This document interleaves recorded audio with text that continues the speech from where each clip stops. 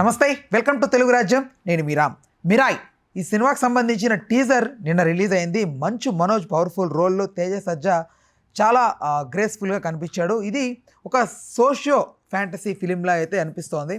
అసలు ఏంటి subject, teaser పరంగా సినిమా ఎలా ఉండే అవకాశం ఉంది అనే అంశం గురించి సినీ మరియు రాజకీయ విశ్లేషకులు దాసు విజ్ఞాన్ గారితో చర్చిద్దాం. నమస్తే. ఎలా ఉంటుంది అనుకున్నారు? ఏంటి టీజర్ ఎలా అనిపించింది మీకు? మిరాయి ప్రకటించినప్పుడే తెలుసు ఇది అంచనాలని దాటేసి ఎక్కడికో వెళ్ళిపోతుంది అని. సో దీంట్లో వీళ్ళు చూపించినటువంటి సీన్స్ ఏవైతే ఉన్నాయో, ఈ మధ్యకాలంలో ఏమైంది అంటే, ఈ మధ్యకాలం కాదు ఎప్పుడు మొదలైందో చెప్తా. పుష్ప సంబంధించినటువంటిది అల్లు అర్జున్ లాస్ట్ బర్త్డేకి ఆ 3.5 నిమిషాల షార్ట్ ఫిల్మ్ వదిలేరు కదా, కూంబింగ్ ఆపరేషన్. అప్పటి నుంచి ఏంటంటే గ్లిమ్స్ అనే పదానికి అర్థం లేకుండా పోయింది. గ్లిమ్స్ అంటే యాక్చువల్గా ఒక 12 seconds is more than enough. అంటే ఏం లేదు, మోషన్ పోస్టర్కి ఎక్కువ, టీజర్కి తక్కువ. ఫస్ట్ పోస్టర్, తర్వాత మోషన్ పోస్టర్స్ వచ్చాయి, దాన్ని అటు తిప్పి మొత్తం తీసుకెళ్ళి టైటిల్కి వస్తుంది. ఆ మోషన్ పోస్టర్కి కొంచెం గ్లిమ్స్ ఏంటంటే అసలు ఎలా ఉండబోతుందో ఒక అంచనా ఇవ్వడం అని, జస్ట్ గ్లిమ్స్. ఆ అంచనాని ఇట్లా ఉంటుంది అని చెప్పేది టీజర్, ఒక కన్ఫర్మేషన్. తర్వాత సినిమాని మీద అంచనాలు పెంచడానికి అన్ని క్యారెక్టర్స్ పరిచయం చేసేది ట్రైలర్. అప్పటికి ఏదైనా వాళ్ళు పరిచయం చేయొద్దు అనుకున్న క్యారెక్టర్ ఉంటే దాచుకుంటారులే, క్యామియోస్ లాంటివి. బట్ అందరు క్యారెక్టర్స్ని ఇంప్లిమెంట్ చేసి ఎవరేంటి అని చెప్పేది ట్రైలర్. ఆ తర్వాత ఇక సినిమాలు వస్తూ ఉంటాయి. ఆ రిలీజ్ ట్రైలర్లు అప్పుడప్పుడు 1 ఉంటాయి, 2 కూడా ఉంటాయి. ట్రైలర్ 1, ట్రైలర్ 2, ట్రైలర్ 3 ఇక వాళ్ళ ఇష్టం. So this is basic process. ఈ మధ్య కాలంలో ఏం చేస్తారంటే ట్రైలర్లోనే సినిమా చెప్పేస్తున్నారు. అలా చెప్పిన సినిమాలు కూడా బోల్డ్ ఉన్నాయి ఆల్మోస్ట్. ఇప్పుడు అర్జున్ సన్ ఆఫ్ వైజయంతి ట్రైలర్లో కథ చెప్పేశారు. కొడుకు జులైగా తిరుగుతాడు, తల్లి సిన్సియర్ పోలీస్ ఆఫీసరు, ఒకసారి వీడికి ఈమెకి పడుద్ది, ఎలా చేశారో చూడండి. నీకేం చూస్తాం, ఎట్లా సుఖాంతం అయితే హ్యాపీగానే ఎండ్ అవుతుంది కదా, అందరూ తెలిసిందే కదా తెలుగు సినిమా ఫార్ములా. ఇట్లా ఉంటాయి. ఈ మధ్య చెప్పేస్తున్నారు స్టోరీలన్నీ. ఇక మిరాయి గ్లిమ్స్ దీని గురించి మాట్లాడుకుంటే చాలా పవర్ఫుల్గా, ఎవరూ చేయలేరు ఖచ్చితంగా, దాన్ని సాధించాలంటే ఒకటే ఉంటుంది. ఇలాంటి సినిమాలు మనకు బాగా వచ్చాయి. అందులో ఇదేంటంటే నేను మనిషిని చూపిస్తారనుకున్న ఒక ఆయుధం వైపు వెళ్ళింది. ఈ ఆయుధమే సాధించాలి. మరి ఆయుధం సాధించాలంటే దాన్ని ఎవడో ఒకడు ముట్టుకోవాలి కదా, ఆ ముట్టుకునేవాడు వీడై ఉండాలి. వీడే ఆయుధాన్ని ఎందుకు ముట్టుకోవాలి అనేది మళ్ళీ కల్కికి వెళ్ళిపోవాలి. ఎందుకంటే అక్కడ అది కర్ణుడు ముట్టుకుంటే తప్ప దాని పవర్స్ రావు కదా. ఇట్లాంటివి ఉన్నాయి కొంచెం. సో వీడే ముట్టుకోవాలి. ఎందుకు వీడికే ఆత్మలింగం దొరికింది అనేది మళ్ళీ హనుమాన్ 2లో చూసుకోవాలి. ఎవరికైనా దొరకవచ్చు కదా, అది పనిగట్టుకొని ఇతనికే ఎందుకు దొరికింది, ఎవరి కారణ జన్ములు అనేది కాన్సెప్ట్. ఎందుకు ఈవెన్ యమదొంగల ఆ బిల్ల వీడి దగ్గరికే వచ్చింది, లాస్ట్కి వీడినే ఎందుకు కాపాడింది, డోంట్ నో. కొన్ని ఇట్లాంటివి ఉంటాయి. సో ఆ యమదొంగల వాళ్ళు క్లారిఫికేషన్ ఇవ్వలేరులే, అఫ్కోర్స్. ఈ మిగతా సినిమాలలో వాళ్ళు పార్ట్ 2లోనే ఎప్పుడో చెప్తారు. ఇక్కడ కూడా అదే ఒక ఆయుధాన్ని బాగా హైలైట్ చేశారు. అది ఈయన ముట్టుకుంటేనే దానికి పవర్ వస్తుంది. ఏది అరుంధతిలో ఆయుధం తయారాక ఈమె రక్తం పడితేనే దానికి పవర్ వచ్చినట్టు, ఇలాంటి ఒక కాన్సెప్ట్ అంటే రెగ్యులర్గా చూసిందే. దాంతో ఏం చేయబోతున్నాడు అంతవరకు కొంచెం క్యూరియాసిటీ పెంచింది. మరి నన్ను అడ్డుకోవడానికి కూడా ఒక అద్భుతమైన విలన్ ఉండాలి కదా, దాన్ని నేనే సాధించుకోవాలి అనే అతను. ఆ పాత్ర మన మంచు మనోజ్కి ఇచ్చారు. ఆయన కూడా బాగానే చేశాడు. కొన్ని మంచిగా ఉన్నప్పుడు మాట్లాడుకోవాలి, బాగా చేశాడు. భైరవంలో కూడా పర్ఫార్మెన్స్ బాగుంది. నేను ఎప్పుడు మంచు మనోజ్ పర్ఫార్మెన్స్ గురించి నెగిటివ్ చెప్పాల. అండ్ నెక్స్ట్ ఇంకా మిగతా క్యారెక్టర్స్ అన్నీ, ఆ తిప్పిన విధానం, శ్రియా ఏంటో తనెందుకు అలా ఉంది. అండ్ చాలా మంది దీన్ని విశ్వంబరకి కంపేర్ చేస్తున్నారు గ్రాఫిక్ వైజ్. ఇక నేను ఎప్పుడు కూడా చాలా మంది గురించి నేను ఎప్పుడు మాట్లాడను, నన్ను ఇంకెప్పుడు అడక్కును చాలా మంది గురించి దయచేసి. ఉంటుంది అలా ఇలా అని ఈ గుడ్డు మీద ఈకలు పీకేవాళ్ళు వీళ్ళంతా. ఎవడి అభిప్రాయాలు వాడివి, ప్రతి ఒక్కడికి నేను సమాధానం చెప్పదలుచుకోవాలా, వినదలుచుకోవాలా. నాకు అనిపించిందే కదా నీకు కావాలి, ఇప్పుడు నీ దగ్గర కూర్చున్నందుకు నాది మాత్రమే. రైట్. నెక్స్ట్ తర్వాత ఏంటి, నాకు శ్రియ బాగా నచ్చేసింది. ఇంకా చెప్పాలంటే ఇట్లాంటి క్యారెక్టర్ ఎప్పుడు చేయాల. నేను శ్రియ గ్లామర్ డాల్ అనుకున్నా, పర్ఫార్మెన్స్ చేయలేదేమో అనుకున్నా. పవిత్ర క్యారెక్టర్ సినిమా పడ్డప్పుడు వేశ్య పాత్ర, సర్లే ఏమి ఇరగదీస్తుందో అనుకున్నా. అది కూడా పెద్దగా ఏం లేదు, చాలా శ్రియ లాగే చేసింది. శ్రియ ఏంటి, ఏజ్ పెరుగుతున్న కొద్దీ అందంగానే ఉంటుంది. శ్రియ ఎలా ఉందో అలాగే ఉంది, అదొక అద్భుతం. కానీ ఒక పర్ఫార్మెన్స్ ఇప్పుడు త్రిష పర్ఫార్మెన్స్లు ఇస్తుంది కానీ శ్రియ ఎందుకు ఇవ్వట్లేదా అనిపించింది. RRRలో ఏమన్నా ఉంటే అక్కడ కూడా డిసప్పాయింట్ అయ్యా. RRRలోనూ పెద్ద చెప్పుకోవడానికి ఏం లేదు. నవ్వు ఇక్కడ అసలు విత్ గమనంలో కూడా నాకు పెద్దగా అనిపించలే ఆ చెవిటి క్యారెక్టర్ కూడా.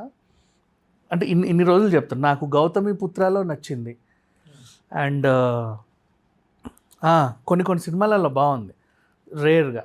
ఇప్పుడు చూసుకుంటే శ్రియ దీంట్లో ఆ గ్లామర్ రోల్లో ఆ కనపడిన 4 సెకండ్లు కూడా అద్భుతంగా చేసింది, నిజంగా బాగుంది. అండ్ లాస్ట్కి కోతులన్నీ దండం పెడుతుంటే ఒక నడిచినట్టు అంటే హనుమంతుడు నడిచినట్టు అనుకోవచ్చు. హనుమంతుడు నాకేదో విఘ్నేశ్వరుడు అనిపిస్తున్నాడు ఏంటి? కోతులు దండం పెట్టావు కదా. నేను అదే ఆలోచిస్తున్నా, అంటే దేవుడికి ఎవరైనా రియాక్ట్ అవుతాయి జంతువులు అనేటివి.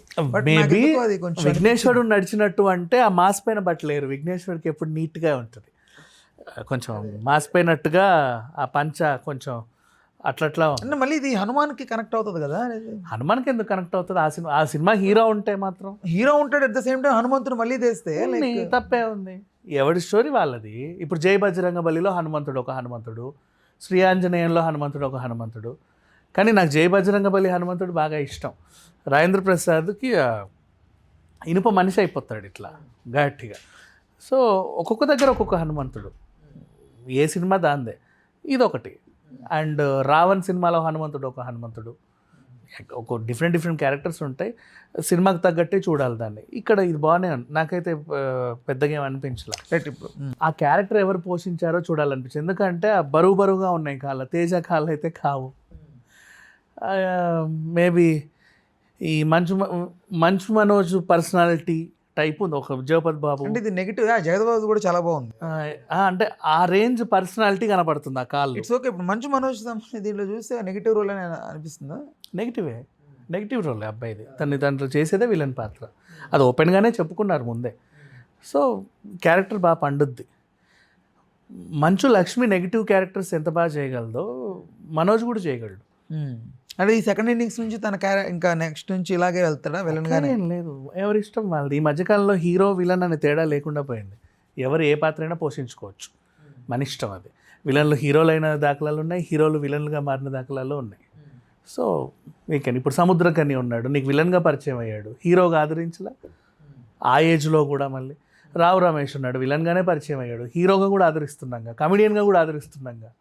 సో నటుడు అంతే, అన్ని విధాలుగా చూసుకోవచ్చు. రైట్.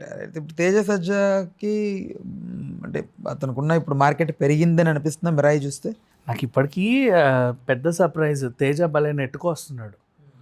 హనుమాన్ టైంలోనే చాలా ఇబ్బంది పెట్టారు, అయినప్పటికీ అది నిలబడింది దేవుడి దయ వల్ల. మిరాయిని ఇంకా ఎవరు ఆపలేరులే, వెళ్తాడు తేజ సజ్జ. ఇప్పుడు ఉన్న జనరేషన్లో, ఇప్పుడు మనం పాత జనరేషన్లో ఎన్టీఆర్, రామ్ చరణ్, అల్లు అర్జున్, ఆ జనరేషన్లో స్టార్ హీరోలు ప్రభాస్ ఇలా మాట్లాడుకుంటాము.